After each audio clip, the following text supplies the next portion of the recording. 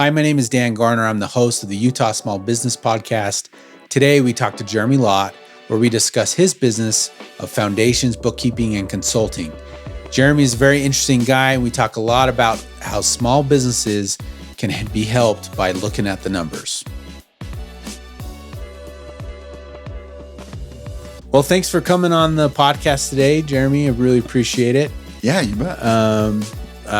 We've known each other not too long, but we've met each other through some networking things. And you gave a presentation last week that I thought was fantastic. And so I wanted to have you on. And so why don't you introduce yourself and tell us a little bit about you, your family, and we'll start there. Yeah, so from Utah, live in Riverton right now. I was born in Salt Lake, but moved around a little bit the first few years, but grew up most of my life in Riverton, so I didn't make it far from home. Yeah. So what high school did you go to? I went to Bingham. Okay. Yeah. Oh, boo. I'm a West Jordan guy. So, all right, okay. We were back in the day, it was a rivalry. I don't know anymore what, West Jordan's kind of fell off a cliff. Yeah. Sports-wise. Right. What year did you graduate there? 04. Oh, really? Yeah. Okay. I was 94. Okay. So just a decade there. Yeah. But a little different. Yeah. Yeah. So everybody hated Bingham. But yeah, that's where I went. So you're still in Riverton. You had a landscaping business. I did. That's not what you do now. Right. So let's talk a little bit about that and that transition. Yeah. So I was huge into sports in high school, and I got a wrestling scholarship to go down to BYU. Okay. And wrestle. What weight class were you in high school? In high school? Yeah. My senior year, I was 160. Okay. And junior year, I was 145. Sophomore, I was 140. They bumped you up quite a bit that junior. Yeah, I just grew a lot. Okay. Yeah. And freshman year, I was 130. Very cool. Yeah. So you wrestled at BYU? I did. Okay. Yeah. Do they still have a program anymore? No, okay. They cut it while I was there. I lost my senior year. Oh. Yeah. Gosh. Yeah, it was hard. Oh my gosh. So what? I love talking to wrestlers. Wrestlers are like, I feel like wrestling prepares you for life more than anything, any other sport. Baseball is a close second. Yeah. Because on the mat, there's nowhere to hide, right? Right. It's just you. Right. Baseball is very similar, and I'm a big baseball guy because the whole world knows if you struck out or you hit, and if you're a pitcher, the whole world knows if someone just hit a home run off you. So it's like it's a team sport, but it's you versus the individual. pitcher. Yeah, which is what I like about it. Yeah, the mental part of it. But so BYU. What'd you go to school for at BYU? Oh, I bounced around all over the place and couldn't figure out what I wanted to do, and I spoke with a friend and found out about sociology. So I was heading down a sociology path. Okay. I got about 1.5 semesters from graduating with a degree in sociology and found out from one of my buddies on the wrestling team about horticulture. Okay. And I'd been doing landscaping for several years. And so I thought, hey, this would be awesome to get to know that much more about soils and watering and weeds and plants and design and all those kind of things. So I jumped at that and ended up finishing with my degree in horticulture. Okay. Yeah, it only took me 6 years. There you go. It always reminds me of the line in Tommy Boy where he says that, lots of people go to school for 8 years. And then Richard reminds him that they call them doctors. Yeah, they're doctors. Yeah. Yeah, exactly. Yeah. So so talk about the landscaping. So was that like a family business that we had, or just something that you were doing to make your way through school? Yeah, there was a little guy in my neighborhood. His name's Randy Ogden. Okay. And he's an absolute rock star. That's a completely different story, but he had a hydro seeder. Okay. And so I teamed up with him and worked for him for a few summers doing hydro seed. And he taught me sprinklers and things like that. So I started doing sprinklers, things like that. And so that's kind of where I started with all that. So I'm assuming you liked it. Like I've talked to some landscapers and they're like, yeah, I just like, being outside and working with my hands. And Yeah. Yeah, it was a lot of fun. And my really big thing was the design side of things. okay. I love doing designs and then being able to manage the install of those designs. We did a lot of high-end residential stuff, and Okay. it was a lot of fun. So explain. So that's not what you do now. So No. everyone's probably thinking like, "Oh, okay, Yeah. I got a landscape I need help with." And I'm gonna Right, call Jeremy. right. So that's not what you do now. No, it's not. So explain that little transition there for me. So I never really understood my money. I always had problems with my money and how to juggle money to make payroll or to pay off my different vendors. And I always had problems with cash flow. And I solved all my cash flow problems by selling 3 more jobs. Right. If you're good at sales, you can really do well in pretty much any business. Right. And you can cover a lot of mistakes by selling. Right. And so I would sell more jobs and get 3 more down payments. And then that would cover my cash flow for a little bit longer. Okay. Yeah. And in 2008, that all caught up to me. People were like, I don't have money to spend on Exactly. landscape. Yeah. Okay. And so I ended up bankrupt that year. Okay. And that was total humiliation. Yeah. That's pretty much the ultimate in business failure, right? At least that's what I thought at the time. And that's how I felt at the time. And I went a few months later to my tax accountant to get my taxes prepared. And we were sitting there at his desk having a conversation about taxes and all the different things that would apply to my taxes that year. And we got on the topic of my bankruptcy. Mm-hmm. And he looked up at me across the desk and he said to me, yeah, I've seen that coming for several years now. When you said that, Yeah. I was like, wait a minute. Hold on. Did you just let him strangle that guy? Yeah, it was so shocking. Since that point in time, I understand the tax accounting industry a little better. Sure. During that February through April time period, they're just nose to the grindstone. Yeah. And they're churning through tax returns as quickly as they can. And they're in and out of profit and losses all the time. So I'm sure he came across my profit and loss every year and thought, oh, this really isn't doing too well. But, by the time he had any time to think about it, it was gone. On to the next one. Yeah, it was 500 profit and losses ago that he looked at. Okay. And so, I do understand. I do understand how it could happen. Yeah. But still, I do hold him accountable. Yeah. Because this was a guy I was expecting to be my trusted advisor, my trusted financial advisor. Sure. And for him to say that he'd seen it coming for several years, it just really hurt. Yeah. Well, and I appreciate you sharing that with me because a lot of people, I think in today's culture, they're so afraid of failure. They're so afraid of, that's what failing is a good way to learn, right? Yes. And that's, Yeah.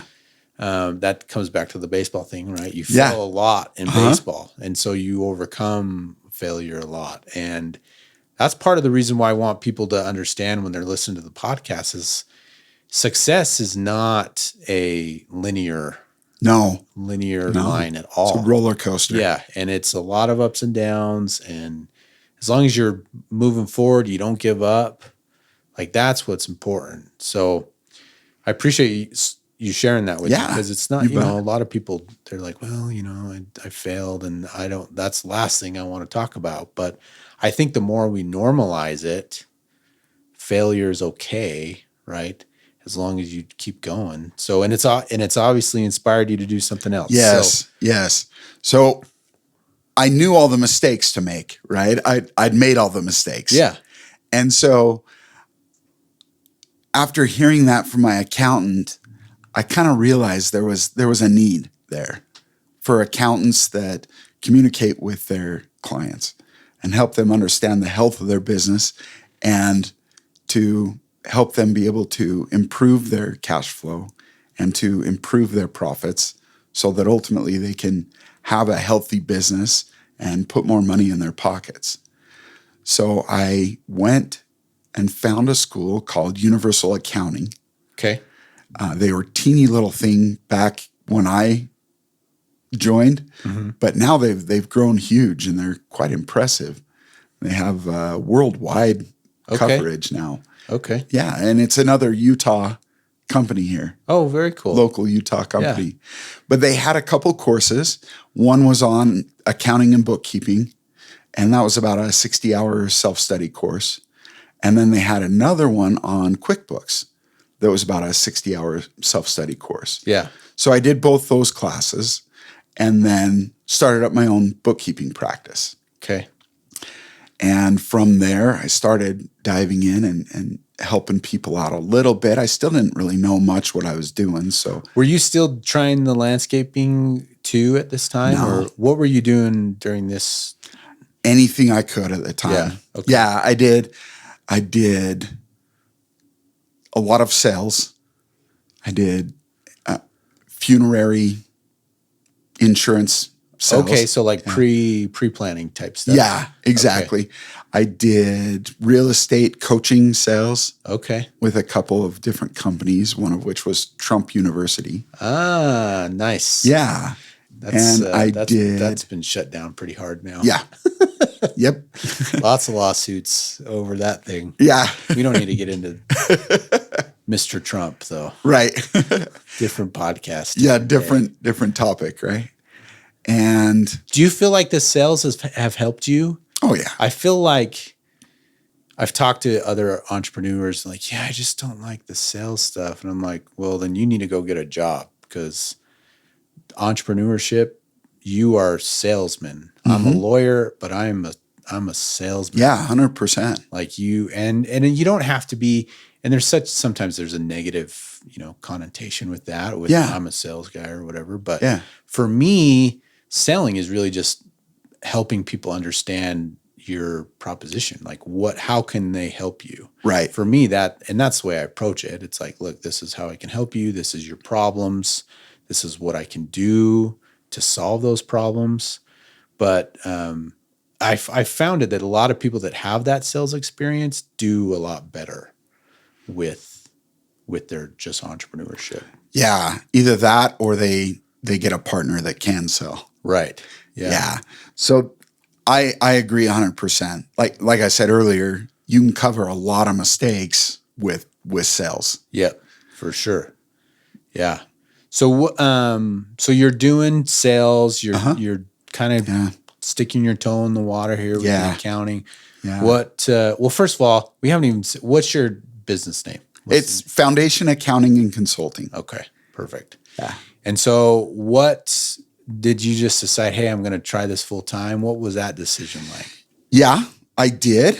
I jumped in and I started hitting the road and networking and we talked a little bit about BNI earlier. Sure. And that helped me a ton and got me doing some networking and some connections. I got a couple of bigger clients early on that helped me be able to keep going with it. And at one point, I decided that I needed more education. I needed to figure this out. Okay. So I started reading a lot of books, a lot of Robert Kiyosaki. Okay. And like Rich Dad. He's Rich Dad, Poor Dad. Rich Dad, Poor Dad. Yeah. And my favorite of his books is actually Cash Flow Quadrant. Okay. That's another great one. I read Mike Michalowicz, who does Profit First. I'm a big Mike guy. Yeah. In fact, I have his, the percentages, right? So yeah, I'm a big Mike. He actually came to my law school and did like a presentation. Oh, really? Yeah. It was kind of cool.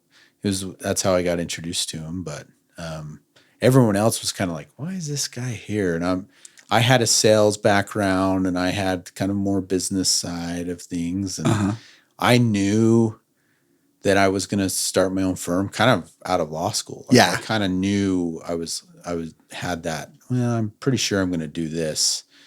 Even though that was scary as all get out, but, anyways, but so, Yeah. okay. So Profit First. Yeah. E-Myth. Anyway, the list goes on. There are a ton of books that I read. And then I went back to school.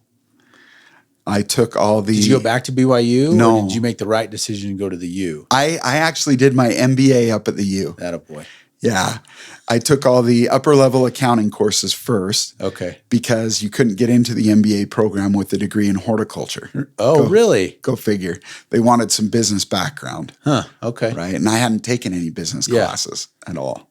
You're like, well, I can really design a cool landscape, though. Yeah. And they're like, we don't care. Yeah, exactly. So I ended up doing the MBA program, the professional MBA program. So it was all nights. Yeah. So I was working during the day, and then... What year was that? 2011 to 2013. Okay. Yeah. I actually started classes in about 2009. Okay. And that's the other thing. A lot of people, I tell people, I'm like, entrepreneurs are willing to work 80 hours a week to avoid working 40 hours a week for someone else. It's so true. And like that, going, working during the day, going to classes at night. Like, not everyone's, we all have different talents and we're different resources. Yeah. But, I'm getting a little patriotic here, but that's why America is great, because no matter where you start, if you're willing to work hard enough, you can do your thing. I'm with you 100% on that. So you bet. But that's awesome. It was a huge accomplishment for me and for my family, because we all sacrificed. I had 3 kids, I had a mortgage payment. Yeah. So there was that's awesome. No backing down. Yeah. No, that's good for you, man. That's awesome.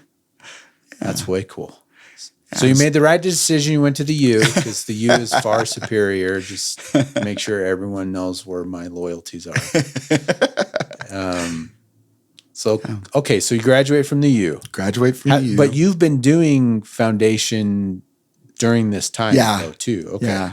And back then, so foundation bookkeeping started up in 2009. Okay. And that's where I started. And I was doing bookkeeping all through that time period.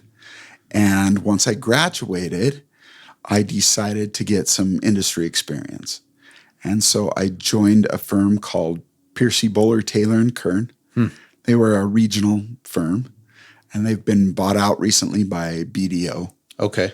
But they were a great firm, and I did audit with them for about 4 seasons. So you were helping fighting the man. That's right. Yeah, the wonderful IRS.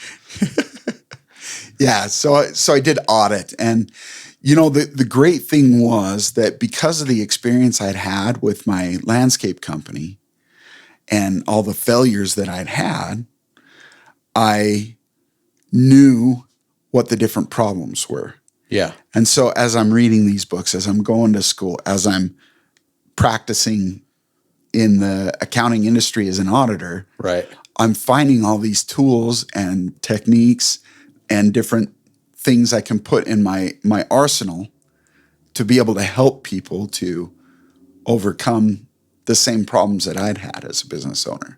I'm a big fan of books, but there is just something different between reading it and then doing it. Yeah. Living it. Yeah. There's something with our memories or, whatever bodies, whatever. Once you kind of live it, you're like, well, I'm not forgetting that principle ever again.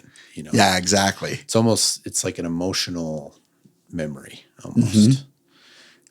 Okay. So where's Foundation now? Where is it? Is it just you, or you have some employees? It's just me right now. I do a lot of consulting work and bookkeeping. Yeah. Keep that overhead low. Yeah. Yeah, exactly. I do the bookkeeping because there's not much I can do as far as the coaching side of things and helping to improve cash flow and put more money in people's pockets without having the foundation of bookkeeping there first. Numbers. Yeah. Yeah. Okay. So what is, we're kind of it's February now, but, Yeah. a lot of people, New Year's resolutions. So what's one of Foundation's goals for this year? One of my goals this year is to help 100 companies start their growth toward $5 million. Okay. So those businesses, they're probably revenue wise, they're probably $1 million ish. Yeah.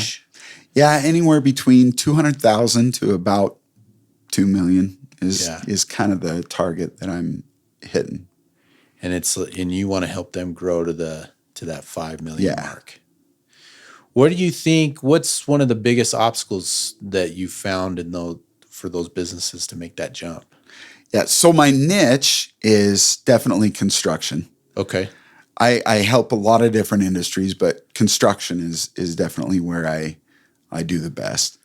And subcontractors, general contractors, or just I work everybody? with both. Yeah. Okay. I work with a lot of the trades, and I also work with generals. And I've found that the biggest problem they have is their cash flow strategy overall. Okay. Meaning that they do a job or they win a job, right, and they get that initial down payment, right, for the start of the job. right. And then as they're going along doing the job, it takes a while to finish. Sure. And during that period of time, while they're waiting to finish, they have payroll that comes up. They're giant stress balls. They have utilities payments. They have rent on their spaces. They have their office admin they have to pay. They have any debt payments they have to make. All of these payments take away all that cash from that initial deposit. And then they hit a point where they have no more cash. And so a lot of the time ends up happening is owners will take their own personal money and put it back into the business, right, hoping that at some point they'll be able to take it back out. Right. Right. So they finally finish, and then they have to wait to get their payment, which just stretches them out that much further. Yeah. And once they finally get that final payment, they either have a bunch of bills that they haven't paid that they have to cover, or they sink it right back into the company and start right over again with the exact same process. Do you feel that's a sales/revenue problem, or is it hey, you're kind of bloated problem? Like you got people that, you're trying to do the whole E-Myth thing, right? Right. You're trying to work on the business versus in right. the business, but your revenue really doesn't justify that right now. So you're right. going to have to let go of this person, and you're going to have to pick up that slack. What do you find, I'm sure it's a combo, or it depends, but what would you say? Is it a revenue problem, or is it an expense problem in most cases? So there are 4 parts to the cash flow equation, right? First, you have all of the money that's coming in. Yeah. And money can come in through investments, through debt, or through your clients paying you. Sure. Right? So that's the first part that we focus on. And there are some things we can do to improve getting more cash into your business. Okay. And bidding properly is certainly one of the biggest things we work on there. Then the second part is if we go back, I know you mentioned the M&Ms thing. Yeah. Right? So that income is the green M&Ms. Okay. Right. Well, back up a little bit. Okay. Because I know what you're talking about, but right. no one else, well, unless they were at that meeting, they probably don't know. So explain a little bit, give that context for them. Okay. So I hand you a package of M&Ms. Right. You open up the M&Ms and dump them out on the table. First thing you need to do is sort those M&Ms by color. Yeah. Right. That is the bookkeeping process. Right. That's organizing them by different colors. Categories. Yes, exactly. Yeah. Then after that, you can group the different colors into sections. So the first group is the green M&Ms, and that's all your cash coming in. Right. The second group is the red, yellow, and blue M&Ms, and that's your cost of goods sold, or your cost to do business. Okay. Right? The third group is your selling, general, and admin, and your debt, which are the yellow and brown M&Ms. Okay. Gotcha. Right? So the difference between the cost to do a business and the expenses, the selling, general, and admin expenses, is that if you double your revenue, then you double the number of blue, red, and yellow M&Ms that you have to pay. Right. Right. So doubling your sales doubles the costs. Your selling, general, and admin and your debt payments stay the same. Right. Right. But those red, yellow, and blue M&Ms, they double. Yeah. Right. And so that's the second portion there, the red, yellow, and blue M&Ms. And they are a percent of revenue. Okay. So if they're, say, 80% of your revenue, then if you double your revenue, there's still 80% of your revenue. Okay. Right. And the great thing about grouping it into groups like that is that now I know that if my costs are 80% of my revenue, I have 20% left over to cover my selling, general, and admin, my debt payments, and my profit. Okay. Yeah. Right. And so that second section is the big focus there is on lowering that percentage so that a higher percent can go toward those last two categories. Okay. So in construction businesses, it sounds like that's a lot of your clients, and I'm sure it has a lot to do with, hey, I understand the bid process. Exactly. I understand the project management aspect of this. Do you find that most businesses, and this is more the consulting side than the bookkeeping side, right? But do you find that they're just underbidding? Like it's just a huge bid problem? Yeah. Like, hey, they're so worried about not getting the project that they'll bid it at like 20% less than what they should have? Or okay. Yeah, there are a lot of people starting up contracting businesses. It's like a race. It's a race to the bottom. Basically. Exactly. Yeah. Yeah. And the problem is that people will get in there and they will bid. They'll figure out their labor. They'll figure out their materials. Yeah. And then throw a markup on that and send out the amount. Right. Right. The problem is that they aren't covering their overhead, which are costs that are associated with doing the business as well. Okay. And so all those different things like your liability insurance and like your cell phone and the fuel for your trucks and all of those kind of things, they're really hard to assign to one specific job. Right. And so they just leave them out. Yeah. Right. And so the percentage markup that they have doesn't just have to cover the labor and overhead, or it doesn't just have to cover your debt and your selling, general, and admin expenses. It also has to cover your overhead. So would you because I've seen that. It's like, it's basically cost plus, right? That's the way they refer to it, the contract. So do you just feel like that plus portion is, because I've seen some as low as like 15%. And I was like looking at the guy like, how do you make any money, bro?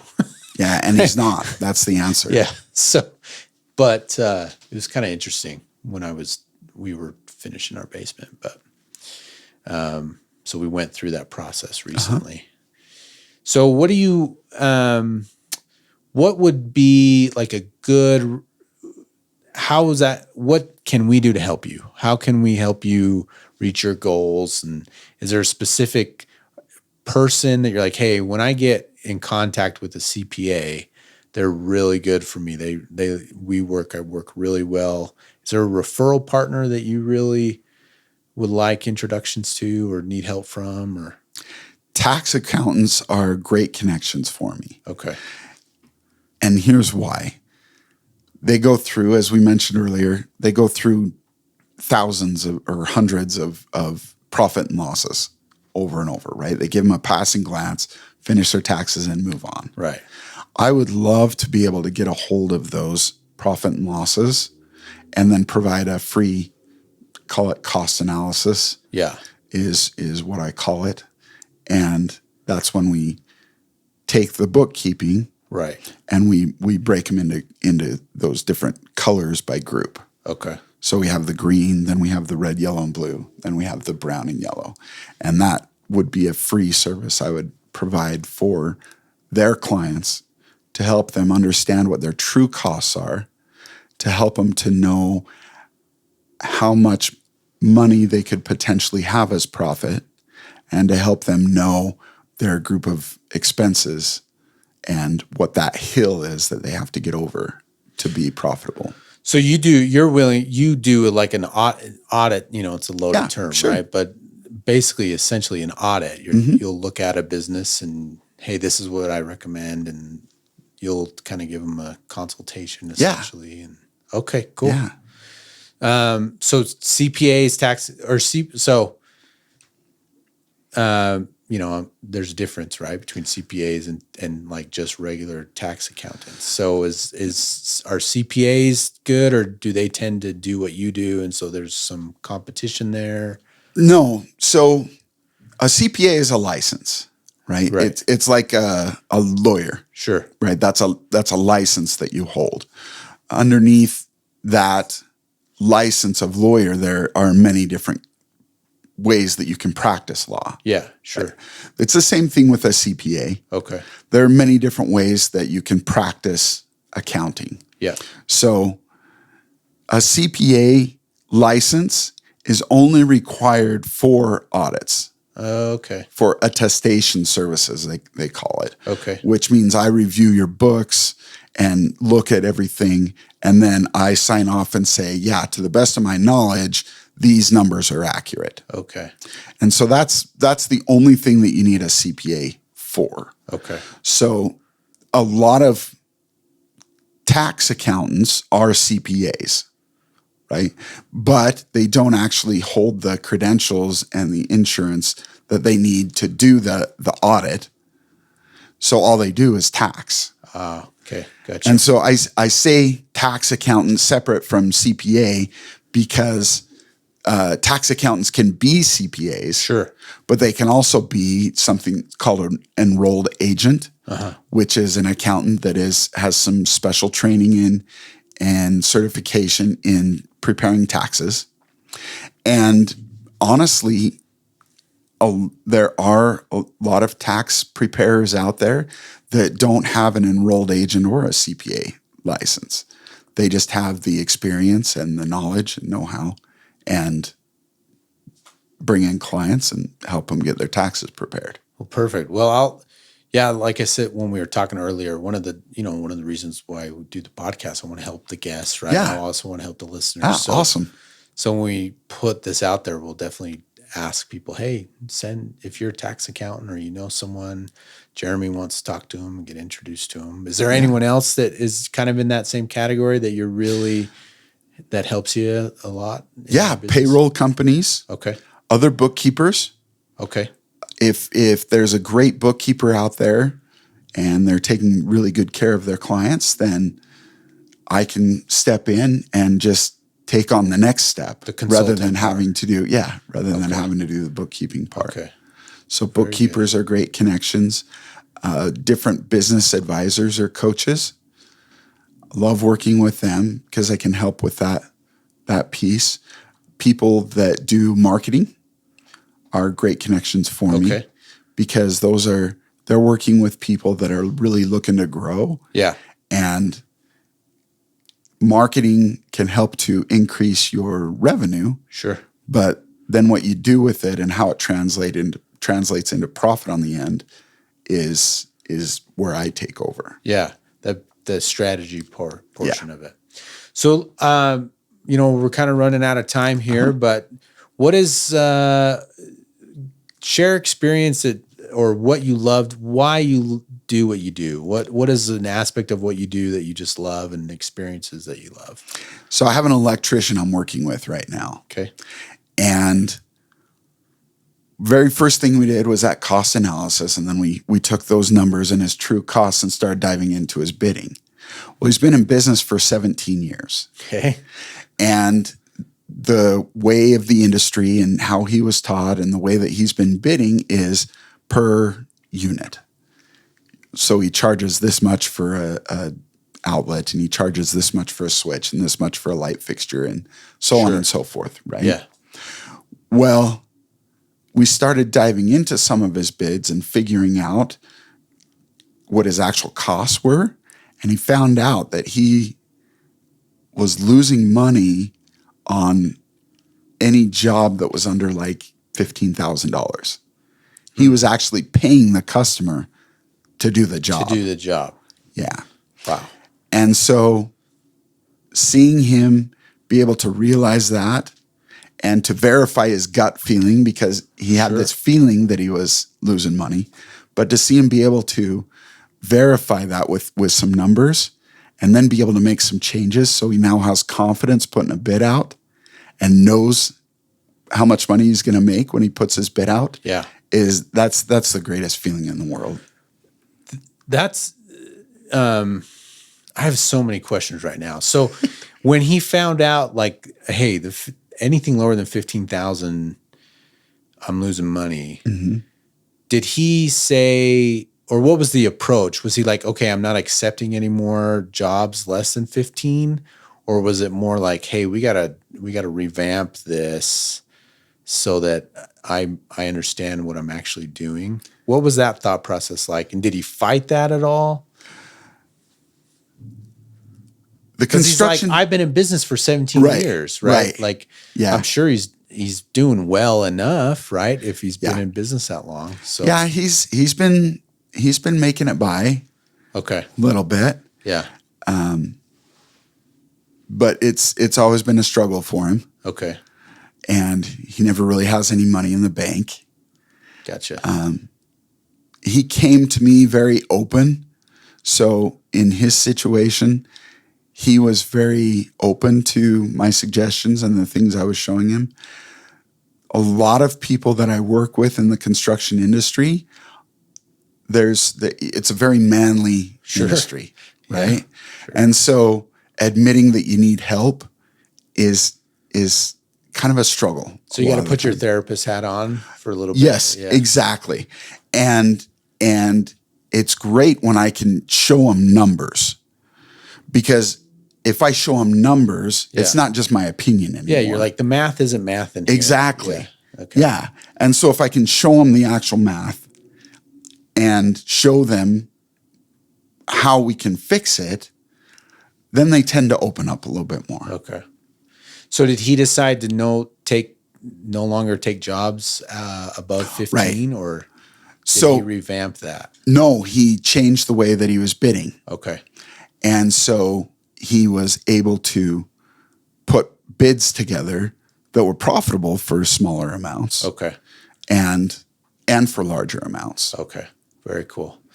Well, how long ago was that? I'm still working with him right now. Okay. So that'll be exciting. I'll have to check in with you in the next like 6 months or so. But yeah. I thank you so much for coming on. It was a pleasure getting to know you better. And if you were still you are in BNI. I am. I'm counting as 1-to-1 for sure. There you go. So, you bet. Write it up. But very excited to have you on, and thanks very much. Yeah, you bet.